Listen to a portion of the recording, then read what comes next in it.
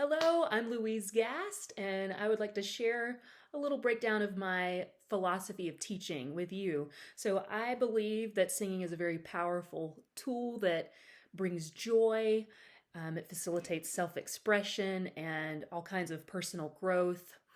It doesn't matter whether a student is pursuing voice with the ultimate goal of being a professional or just as a casual hobby. I think the goal is, as the teacher, to have help the students discover their own vocal path, whatever that may be for them, and then encouraging them along the way and tailoring all the instruction towards their specific needs. I personally draw a lot from classical and contemporary methods. I really like the speech level singing principles, and I use a lot of exercises from the bel canto canbelto philosophy. And I also design my own specific exercises for each student, just depending on where their needs lie. So I value consistency. I love clear communication, and I love to keep lessons fun. So my ultimate goal is for a student to leave the lesson feeling better about their voice and themselves than when they walked into the lesson.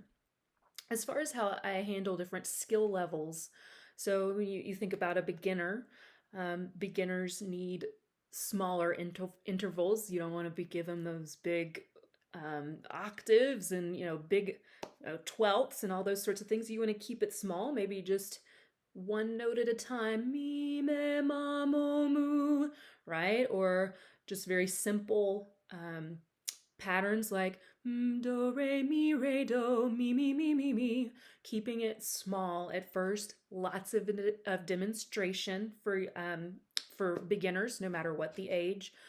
And then as they start getting more advanced, you make the patterns harder. You give them the long scales, you give them the large intervals, you give them lots of agility um, as they progress.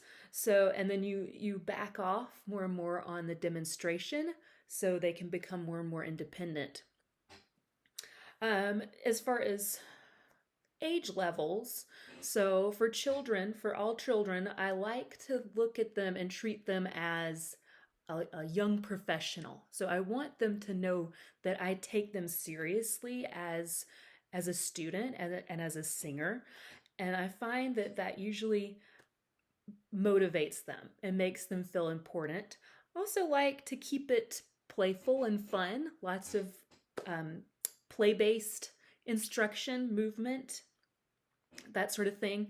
And then for older students, it's very important, I think, to that they understand why they're doing the exercises. A lot of them need to know, what is this doing for me? Also, making sure that you listen to their specific goals, um, really keeping it in where they want to go instead of, if they don't want to study classical, don't study classical, right? Don't even let those things enter in. Specifically hone in onto what they're wanting to do. For genres, I do like to cross train as much as I can because I think that all students benefit from that. So working on, yes, developing that classical sound, bringing that head voice down low, and then also working on flipping registers, right? Like you might do in pop music, working on the yodel kind of sound, and the twang, right? The belt. So bringing all these different things in from across genres to help the students be as versatile as possible, because that is the world that we live in now. Vocally, singers have to be versatile, especially up and coming singers. Older students, maybe not so much, right?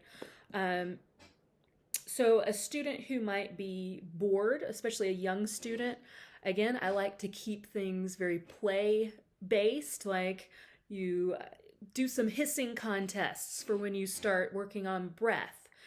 Okay. incorporate lots of movement into the exercises, lots of interactive, playful sort of games when you're working on songs, maybe working on those silly voices when you're teaching different registers, like a hoo hoo hoo, like an owl for teaching head voice. Or maybe you want to teach a very bright sound and you're going to imitate SpongeBob, right? So keeping it fun, making them laugh, that's always my goal. Thank you.